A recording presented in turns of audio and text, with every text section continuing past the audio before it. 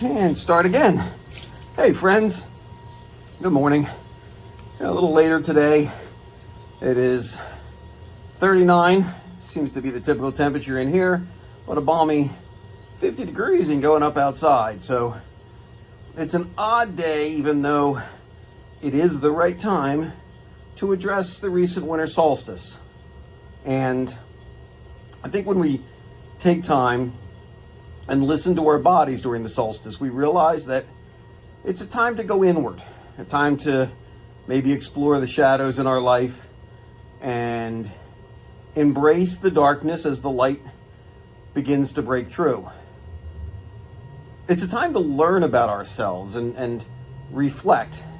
And I think that idea of that last week of December initiates that same kind of a concept.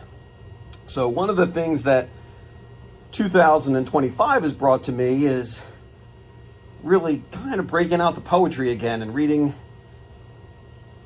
and internalizing more poetry. So this year I came across a book by Steph Catudal. I'll put it right here. I'll put a link to it, called Radical, or When the World Lived Inside Us.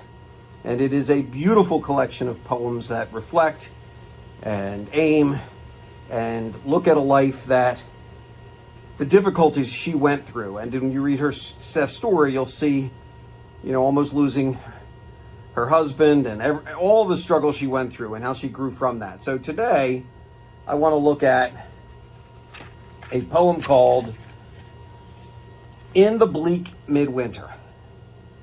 Bird of prey devours the flesh long before we concede to dust. Bones splayed for wolves. I whisper a name that is rarely called, searching for seer silhouette beyond the ashen haze.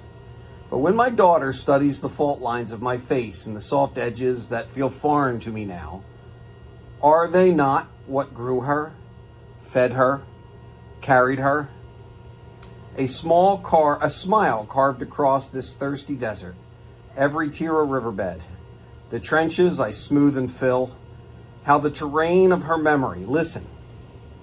She too will grow old, and the weathered landscape she curses will tell of the things I loved most. Gorge of sorrow, fickle winds of joy, valley of every heartbreak, every triumph mapped on her tired and aging skin. And with faltering arms, she will lay me in the earth. As something lived, something loved, something whole. And my body will give way to grow and hold what's new again. I've really been enjoying the quiet contemplation that's coming with poems as opposed to reading more long form. So I invite you to join me in 2026. Find some poets you like, revisit them.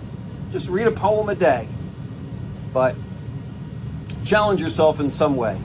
But for now, embrace that idea of winter as a time of reflection and looking forward and learning from the past. Love you all. Take care.